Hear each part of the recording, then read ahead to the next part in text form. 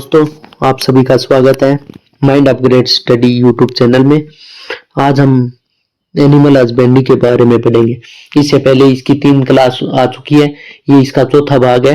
अगर आपने अभी तक वो तीनों वीडियो नहीं देखी है तो प्लेलिस्ट में जाके वो तीनों वीडियो देखें। आज एनिमल हस्बेंड्री एंड कृषि एवं पशुपालन के बारे में पढ़ेंगे। इससे कम 4 से 5 क्वेश्चन आने की संभावना है पेपर में। तो आइए बिना किसी देरी के शुरुआत करते हैं। अगर mind upgrade study YouTube channel को आपने अभी तक सब्सक्राइब नहीं किया तो इसे सब्सक्राइब करें और नोटिफिकेशन बेल ऑन कर दें। चलो स्टार्ट करते हैं। पहला टॉपिक है प्रमुख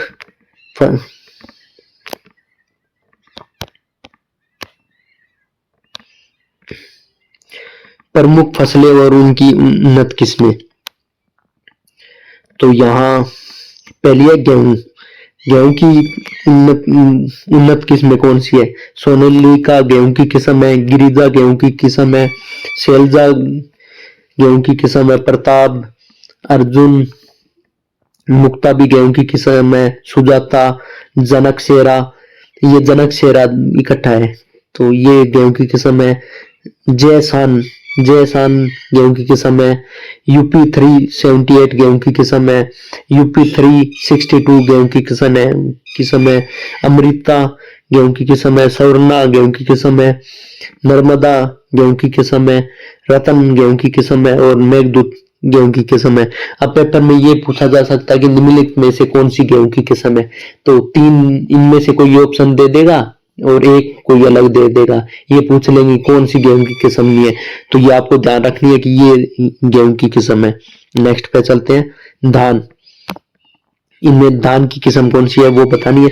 तो IR8 धान की किस्म है। IR24 धान की किस्म है। जयंती धान की किस्म है। सोना धान की किस्म है। जया कृष्णा ये धान की किस्म है।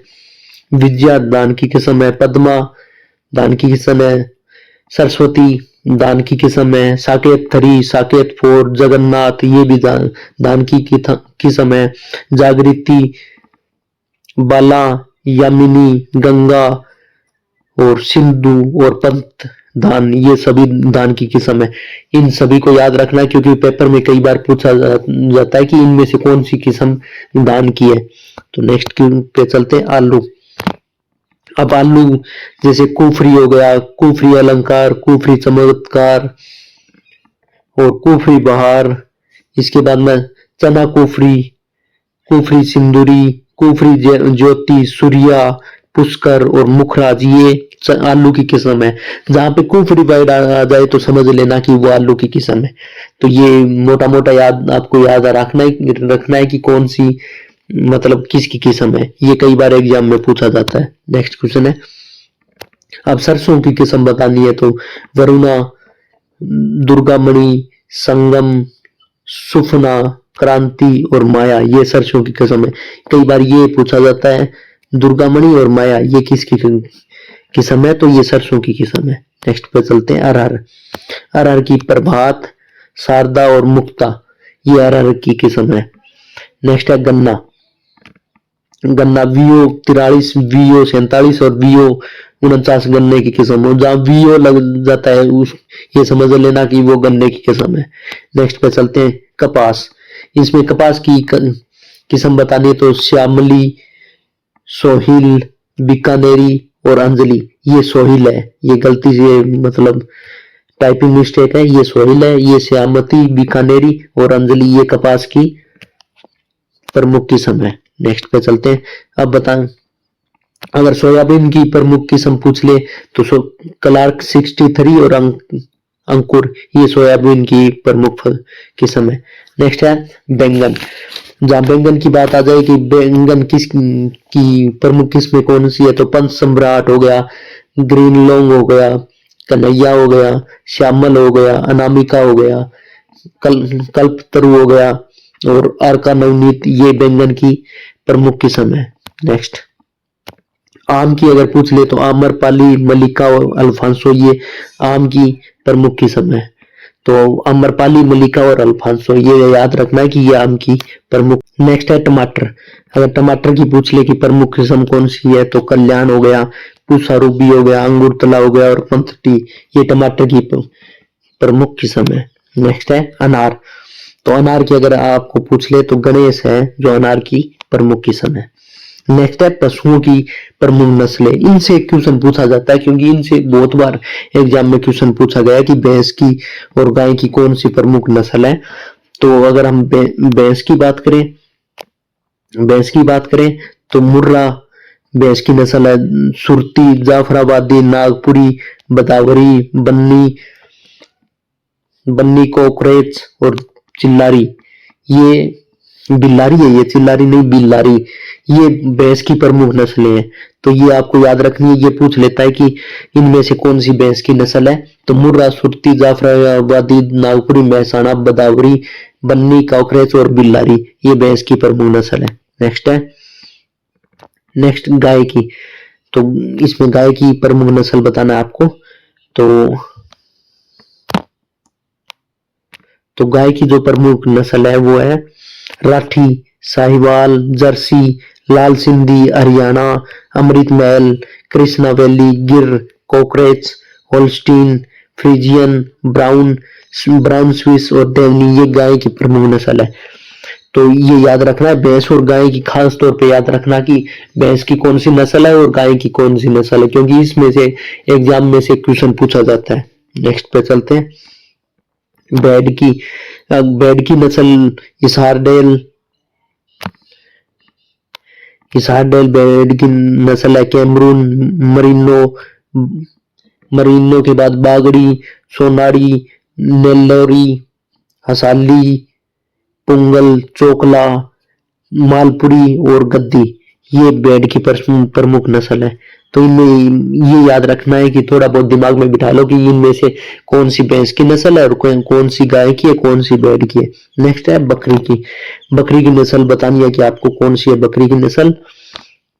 तो बारबरी, बीटल, बोअर, जमुनापरी, ओस्मानाबादी, सानेन, संगमनेरी, सिरोही, सोजत और सुरती, ये क्या है कि ये है बकरी की प्रमुख नस्लें। इनमें मोटा मोटा याद रखना है कि कौन सी बकरी की है, क्योंकि इसमें कई बार पूछ लेते हैं कि इनमें से कौन सी बकरी की नस्ल है, कौन सी भेड़ की है, कौन सी गाय की है और कौन सी भैंस की नस्ल है।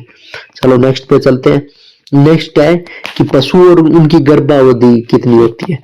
तो इसमें आपको बताना है कि जो हाथी की है ना, हाथी की गर्भावधि सबसे ज्यादा होती है 624 दिन इनकी गर्भावधि होती है।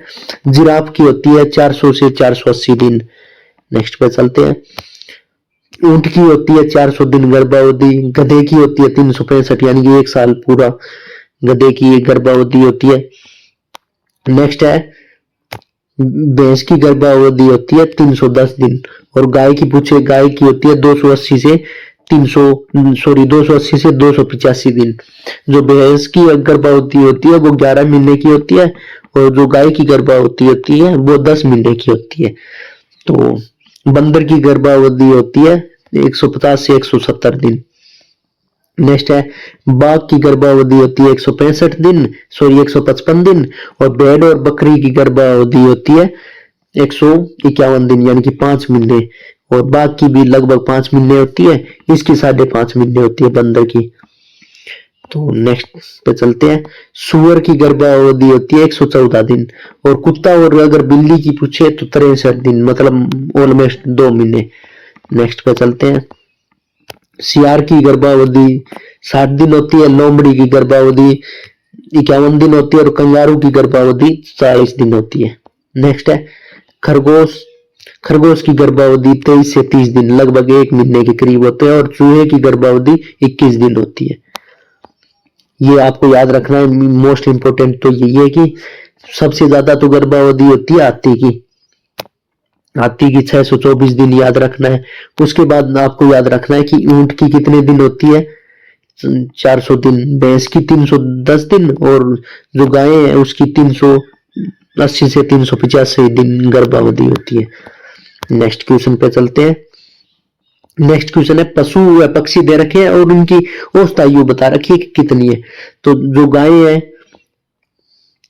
है उसकी औसत आयु है 16 से 20 साल और भैंस की औसत आयु है 20 से 25 साल सॉरी।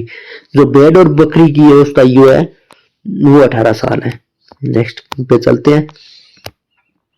बंदर की औसत आयु 25 साल है, घोड़े की औसत आयु 62 साल है, डॉल्फिन की औसत आयु 20 साल है, जबकि व्हेल की औसत आयु 40 साल है। व्हेल की औसत आयु 40 साल है और कबूतर की औसत आयु 10 साल है, मेंढक की औसत आयु 5 से 15 साल है और तोते की औसत आयु 60 वर्ष है। नेक्स्ट पे चलते हैं। अब ये बता रखे है कि पशुओं के रोग कारक और उनके बचाव मतलब किससे होता है। तो जो पशु में जो चेचक रोग होता है ना, सॉरी इसको सेट कर लेता हूं। जो पशु में चेचक रोग होता है ये वायरस के कारण होता है और ये गाय भैंस भेड़ बकरी इनके होता है चेचक रोग। दूसरा है खुरपका रोग, ये वायरस के कारण होता है, ये गाय और भैंस में होता है। तो ये क्वेश्चन ये पूछते हैं जैसे मुंह पका पूछ लिया कि मुंह पका रोग किसके कारण होता है, तो ये वायरस के कारण होता है और गाय और भैंस में ज्यादा होता है ये रोग। नेक्स्ट पे चलते हैं। नेक्स्ट है कि पूछ ले कि गलघोटू रोग किसके कारण होता है, ये जीवाणु के कारण होता है और गाय और भैंस में होता है। लंगड़ा बुखार ये जीवाणु के कारण होता है और गाय और भैंस में होता है। ये क्वेश्चन ऐसे पूछ लेते हैं कि लंगड़ा बुखार किसके कारण होता है, ऑप्शन दे देते हैं जीवाणु विषाणु वायरस हो या प्रोटोजोआ, तो ये जीवाणु के कारण होता है। तो नेक्स्ट है थनैला रोग है जो जीवाणु के कारण होता है और सभी पालतू पशुओं में सब मतलब जो दुधारू पशु होते हैं उनमें थनैला रोग होता है। नेक्स्ट है रानीखेत रोग, ये मुर्गियों में पहले चर्चा में आया था क्योंकि रानीखेत रोग के कारण बहुत सी मुर्गियां मारी गई थी। तो ये वायरस के कारण वायरस या विषाणु के कारण होता है और मुर्गियों में होता है रानीखेत रोग। नेक्स्ट क्वेश्चन है। नेक्स्ट है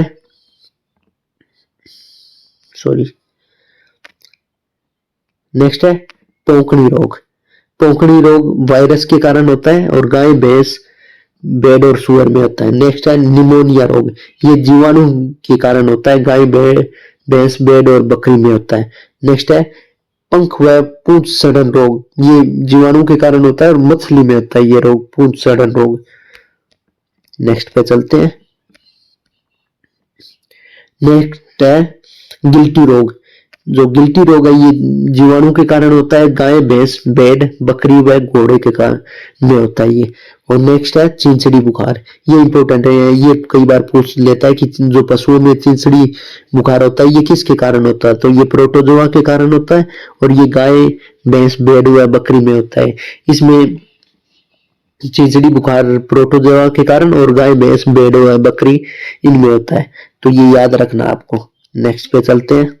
नेक्स्ट है पशु है उनके वैज्ञानिक नाम, तो ये भी पूछा जाता है कि भैंस का वैज्ञानिक नाम क्या है, गाय का वैज्ञानिक नाम क्या है, ऊंट का वैज्ञानिक नाम क्या है, ये पूछा जाता है बहुत बार। तो बफेलो भैंस का वैज्ञानिक नाम है बिसन बोनासस, ये टाइपिंग मिस्टेक है, बिसन बोनासस नाम है इसका। जैसे मैं टाइप करके बता देता हूँ BISON बिसन और बोनासस BONASUS बिसन बोनासस भैंस का वैज्ञानिक नाम है। नेक्स्ट है कैमल का क्या वैज्ञानिक नाम है, तो कैमुलस कोमेलिडी, कैमुलस के बाद में आएगा कोमेलिडी COMELIDAE कोमेलिडी तो उनका वैज्ञानिक नाम कैमलस कोमेलिडी है। नेक्स्ट है बिल्ली का नाम है फेलिस कैटस। और नेक्स्ट है चूहे का जो वैज्ञानिक नाम है वो है रोटिना मुर्डई है चूहे का वैज्ञानिक नाम, ये गलत टाइपिंग हुआ है यहाँ पे। तो चूहे का आप सुन लीजिए, रोडिटिना मुर्डई चूहे का जो वैज्ञानिक नाम है। नेक्स्ट है रेबिट, जो खरगोश है उसका वैज्ञानिक नाम क्या है? तो रेबिट का रोडिटनी रेटस, रोडिटनी रेटस नाम है, ये यहाँ पे गलत टाइप हुआ है। नेक्स्ट है डीरी, मतलब हिरण का वैज्ञानिक नाम क्या है? तो हिरण का, ये कर्विडई फैमिली से बिलोंग करती है, पर इसका जो वैज्ञानिक नाम है हिरण का, ये आर्टिडिकुलर कर्विडई है। तो कर्विडई फैमिली से है, तो ये ध्यान रखना कि ये हिरण कर्विडई फैमिली से है। नेक्स्ट है डॉग, डॉग का नाम है कैनिस, कैनिस फैमिलियर्स, कैनिस फैमिलियर्स डॉग का वैज्ञानिक नाम है। नेक्स्ट है एलिफेंट, हाथी का वैज्ञानिक नाम क्या है? तो हाथी का वैज्ञानिक नाम है एलिफेस मैक्सिमियूज। और नेक्स्ट है फ्रॉग, मेंढक का वैज्ञानिक नाम क्या है? अहुरा, अहुरा रानीडई, रानीडई है ये, RANIDAE, रानीडई इसका वैज्ञानिक नाम है। नेक्स्ट पे चलते हैं। नेक्स्ट है एलिफेंट, एलिफेंट और मेंढक का बता दिया। नेक्स्ट है फॉक्स, लोमड़ी का क्या वैज्ञानिक नाम है? तो लोमड़ी का वैज्ञानिक नाम है कैनिस वैल्यूज। ये कई बार गलत मिस्टेक से टाइपिंग हो जाती है, तो इसका वैज्ञानिक नाम है कैनिस वैल्यूपस, CANIES, कैनिस वैल्यूपस। नेक्स्ट है बंदर, बंदर का नाम, वैज्ञानिक नाम क्या है? तो बंदर का वैज्ञानिक नाम है अर्बोरियल एटलस, अर्बोरियल एटलस है बंदर का वैज्ञानिक नाम। नेक्स्ट है बकरी, गोट या बकरी का वैज्ञानिक नाम क्या है? तो कैप्रा हिरिलिकस, ये बकरी का वैज्ञानिक नाम है, कैप्रा हिरिकस। नेक्स्ट है घोड़ा, और इसका क्या नाम है? तो इक्यूस कैलेपस, ये घोड़े का वैज्ञानिक नाम है। नेक्स्ट है वुमन, मानव का वैज्ञानिक नाम है होमोसेपियंस,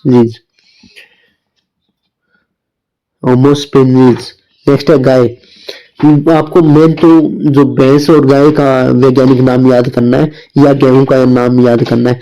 जो गाय है उसका वैज्ञानिक नाम है बोस इंडिकस, गाय का वैज्ञानिक नाम बोस इंडिकस है। और जो बफेलो है भैंस का वैज्ञानिक नाम बिसन बोनासस है।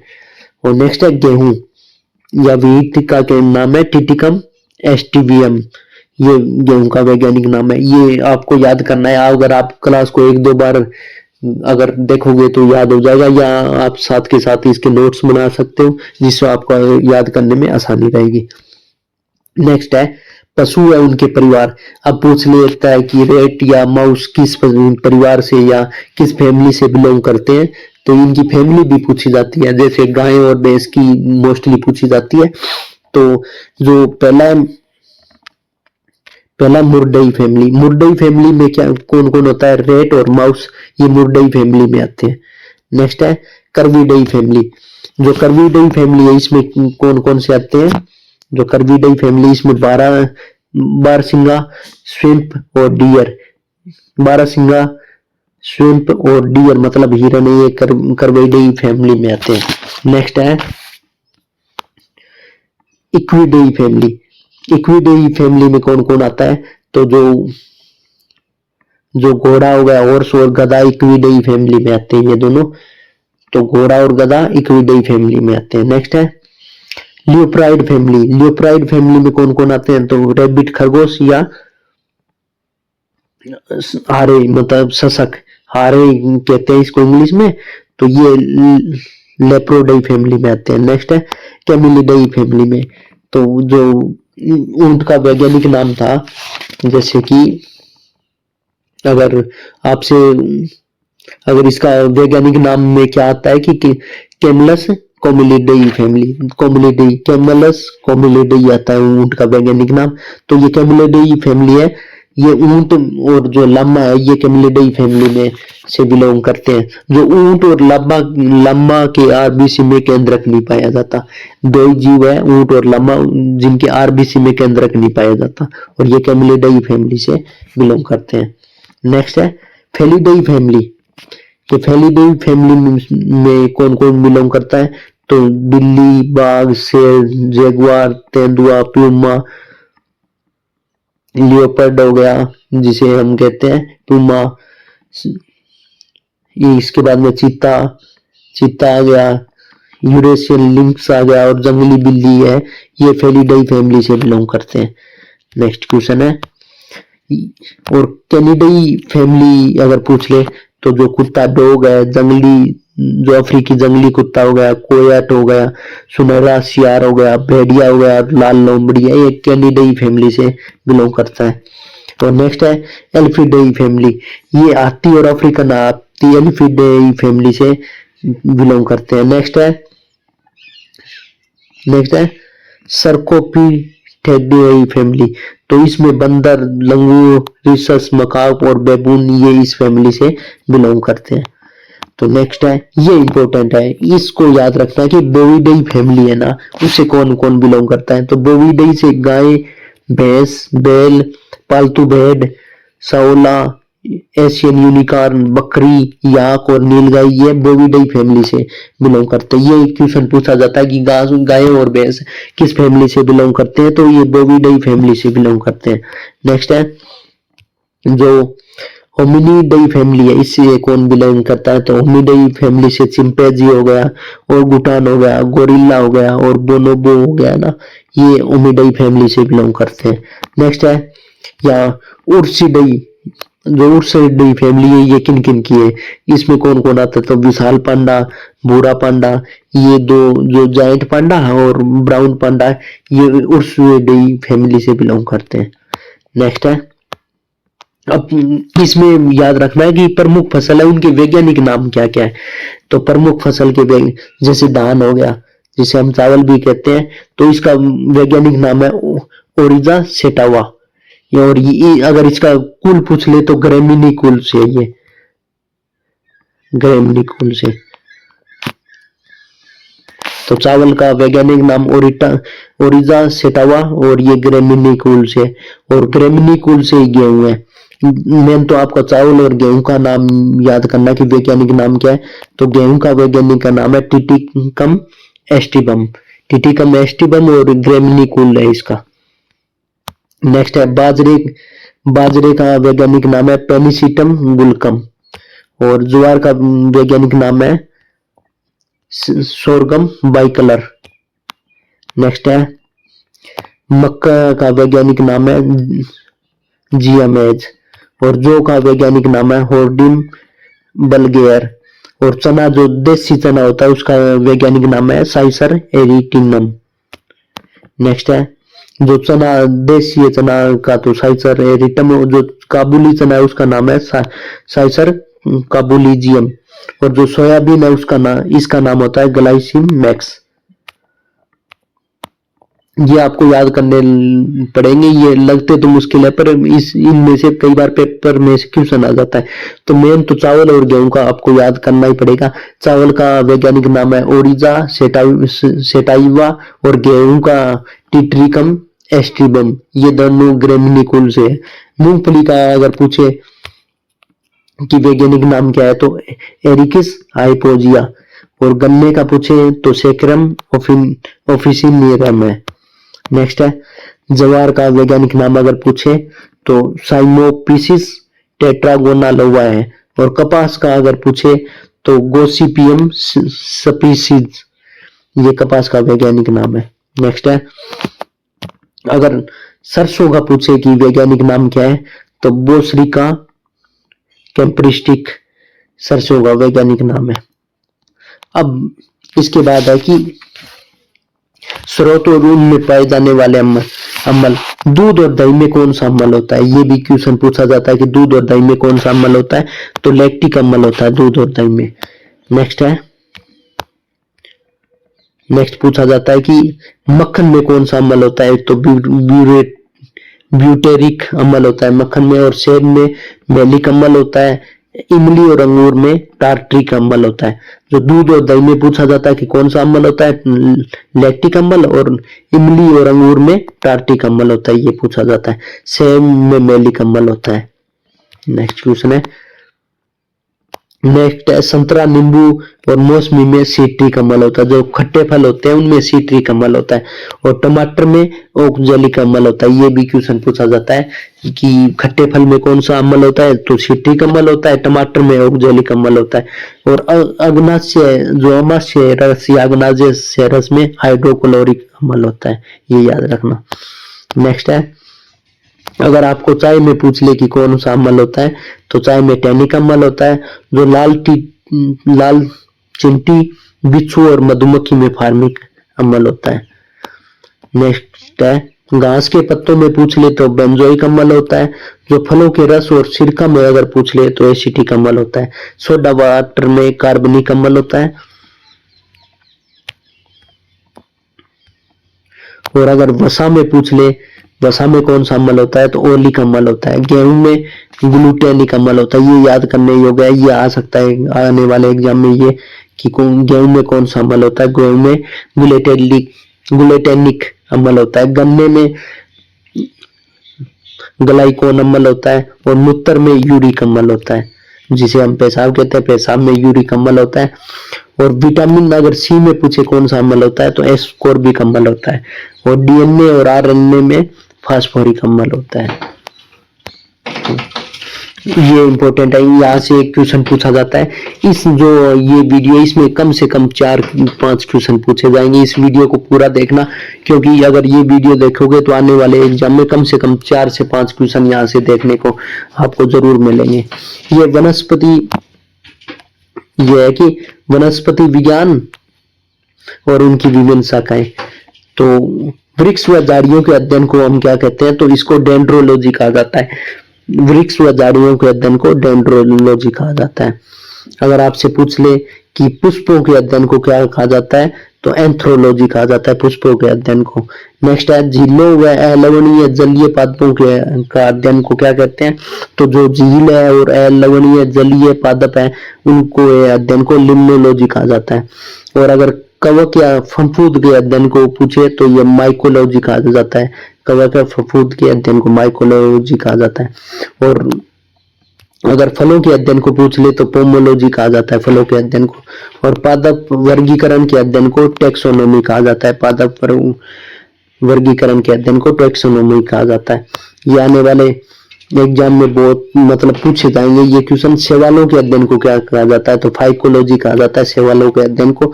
ये इंपॉर्टेंट है पॉइंट, इसको याद रखना कि शैवालों के अध्ययन को क्या कहा जाता है, तो फाइकोलॉजी शैवालों के अध्ययन को कहा जाता है। चलो एक बार इसको दोबारा करते हैं, क्योंकि ये इंपॉर्टेंट है, इसमें पक्का आने वाले एग्जाम में क्वेश्चन पूछा जाएगा। वृक्ष व झाड़ियों के अध्ययन को डेंड्रोलॉजी कहा जाता है। पुष्पों के अध्ययन को एंथ्रोलॉजी कहा जाता है। झीलों अलवणीय जलीय पादपों के अध्ययन को लिम्नोलॉजी कहा जाता है। जो कवक या फफूंद के अध्ययन को माइकोलॉजी कहा जाता है। फलों के अध्ययन को पोमोलॉजी कहा जाता है। और पादप वर्गीकरण के अध्ययन को टैक्सोनॉमी कहा जाता है।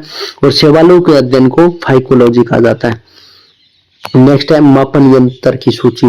ये भी बहुत इंपॉर्टेंट है कि कौन से मीटर से हम क्या माप सकते हैं। तो हवा जैसे है कि हवा की शक्ति व गति, हवा की गति मापने में एनीमोमीटर का यूज होता है। इसमें से 3-4 दे देंगे कि इनमें से हवा की गति को मापने में कौन सी मतलब यंत्र का प्रयोग होता है, तो एनीमोमीटर का होता है। और द्रव्य का सापेक्ष घनत्व मापने में हाइड्रोमीटर का यूज होता है। ये भी याद रखने योग्य है। ये जो लास्ट के जो पॉइंट है ये बहुत इंपॉर्टेंट है आने वाले एग्जाम की दृष्टि से। और वायुमंडल की आर्द्रता मापने में हाइग्रोमीटर की जरूरत पड़ती है, मतलब यंत्र हाइग्रोमीटर होता है। समुद्र की गहराई मापने में फेदोमीटर सहायक होता है। अगर आपसे पूछ ले कि समुद्र की गहराई मापने में कौन सा मीटर यूज होता है, तो फेदोमीटर होता है। और दूध की शुद्धता को मापने के लिए लैक्टोमीटर यूज होता है। दो वस्तुओं की कोणीय दूरी को मापने के लिए सेक्सेंट यूज होता है। नेक्स्ट है पहियों द्वारा तय की गई दूरी को मापने में ओडोमीटर यूज होता है। जो गाड़ियों में जो कार बाइक है इनमें ओडोमीटर लगा होता है जो बताता है कि ये व्हीकल कितना किलोमीटर चल गया। तो पहियों द्वारा तय की गई दूरी को मापने में ओडोमीटर यूज होता है। नेक्स्ट है वायुयान की गति मापने में टेकोमीटर यूज होता है, विद्युत धारा को मापने में आमीटर यूज होता है और वर्षा को मापने में रेन गेज यूज होता है। नेक्स्ट है हृदय की गति मापने के लिए कार्डियोग्राफ यूज होता है। वायुमंडल दाब को मापने के लिए बैरोमीटर यूज होता है। ये इंपॉर्टेंट है, ये बहुत इंपॉर्टेंट, ये पूछा जाएगा कि वायुमंडलीय दाब को मापने के लिए बैरोमीटर यूज होता है। और नेक्स्ट है पौधों की जड़ों का दाब का मापन करने के लिए मैनोमीटर यूज होता है। ये इंपॉर्टेंट है। अब इनको एक बार दोबारा रिवाइज करा लेते हैं ताकि आपको आसानी से याद हो जाए। तो हवा की शक्ति तथा गति मापने में एनीमोमीटर का यूज होता है। द्रव का अपेक्षित घनत्व मापने में हाइड्रोमीटर का यूज होता है। वायुमंडल की आर्द्रता मापने में हाइग्रोमीटर का यूज होता है। समुद्र की गहराई मापने में फेदोमीटर का यूज होता है और दूध की शुद्धता मापने में लैक्टोमीटर का यूज होता है। दो वस्तुओं की अगर कोणीय दूरी मापनी हो तो सेंसेट का यूज किया जाता है। पहियों द्वारा तय की गई दूरी मापने में ओडोमीटर का यूज होता है। पहियों द्वारा तय की गई दूरी को मापने में ओडोमीटर का यूज होता है। वायुयान की अगर गति मापनी हो तो टेकोमीटर का यूज होता है। विद्युत धारा का मापन करना होता है तो आमीटर का यूज होता है। अगर वर्षा को मापने में रेन गेज का प्रयोग होता है और हृदय गति को जांच करने में कार्डियोग्राफी का यूज होता है। वायुमंडल दाब को मापने में बैरोमीटर का यूज होता है और पौधे की जड़ों के दाब का मापन करने के लिए मैनोमीटर का यूज होता है। नेक्स्ट है विटामिन रासायनिक नाम व खोजकर्ता। पहले तो हम विटामिन पढ़ेंगे और उनका रासायनिक नाम क्या है। तो विटामिन ए का रासायनिक नाम है रेटिनोल। विटामिन बी का रासायनिक नाम है थायमीन और विटामिन सी का रासायनिक नाम है एस्कॉर्बिक अम्ल। विटामिन डी का रासायनिक नाम है कैल्सिफेरॉल। विटामिन ई का रासायनिक नाम है टेकोफेरॉल। और नेक्स्ट है विटामिन के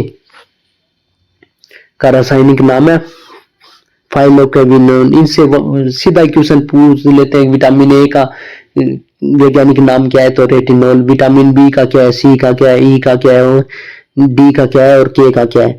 जो विटामिन शब्द है ये फंक ने दिया था और पोलियो ड्रॉप, ये हम इनके वैज्ञानिक नाम आगे, ये वैज्ञानिक नाम रासायनिक नाम याद कर लेते हैं, उसके बाद इसके खोजकर्ता कौन है ये देखेंगे। विटामिन ए का रासायनिक नाम है रेटिनोल। विटामिन बी का रासायनिक नाम है थायमीन। विटामिन सी का रासायनिक नाम है एस्कॉर्बिक अम्ल। विटामिन डी का रासायनिक नाम है कैल्सिफेरॉल। विटामिन ई का रासायनिक नाम है टेकोफेरॉल और विटामिन के का रासायनिक नाम है फाइलोकेविनोन। जो विटामिन शब्द है वो फंक ने दिया था और पोलियो ड्रॉप का विकास किसने किया था यह हम आपको आगे बताएंगे। तो जैसे विटामिन ए का रासायनिक नाम हो गया रेटिनोल और इसकी खोजकर्ता मैकमुलन ने की थी विटामिन ए की। विटामिन ए का रासायनिक नाम रेटिनोल और खोजकर्ता मैकमुलन। विटामिन बी का रासायनिक नाम थायमीन और इसकी भी खोज मैकुलन ने की थी। नेक्स्ट है विटामिन सी का रासायनिक नाम है एस्कॉर्बिक अम्ल और इसकी खोज की थी होल्स्ट और यूजार्ट ओलकट ने की थी। और नेक्स्ट है विटामिन डी का रासायनिक नाम है कैल्सिफेरॉल और हॉपकिंस ने इसकी खोज की थी। विटामिन ई का रासायनिक नाम है टेकोफेरॉल और इवांस और बिशप ने इसकी खोज की थी। और विटामिन के का रासायनिक नाम है फाइलोकेविनोन और इसकी खोज हेनरिक डेम ने की थी। नेक्स्ट है जो विटामिन की खोज की थी फंक ने। और नेक्स्ट पोलियो ड्रॉप की खोज की थी अल्बर्ट साबिन ने पोलियो ड्रॉप की खोज की थी। तो दोस्तों ये थी आज की महत्वपूर्ण वीडियो। इस वीडियो में कम से कम 4 से 5 क्वेश्चन पूछे जाएंगे। तो अगर एक बार में आपको वीडियो समझ में नहीं है तो इस वीडियो को बार बार देखें ताकि आने वाले एग्जाम में 4 से 5 नंबर पक्के हो उसके आपके। तो दोस्तों अगर वीडियो अच्छी लगी हो तो वीडियो को लाइक करें और वीडियो को शेयर करें, चैनल को सब्सक्राइब करें और नोटिफिकेशन बेल ऑन करें क्योंकि जब भी अगली क्लास आएगी तो सबसे पहले आपके पास उसका नोटिफिकेशन पहुंच जाए। तो धन्यवाद दोस्तों और इस चैनल को सपोर्ट करते रहे। जल्दी आपके लिए बहुत अच्छी और भी वीडियो हम लेके आएंगे। धन्यवाद।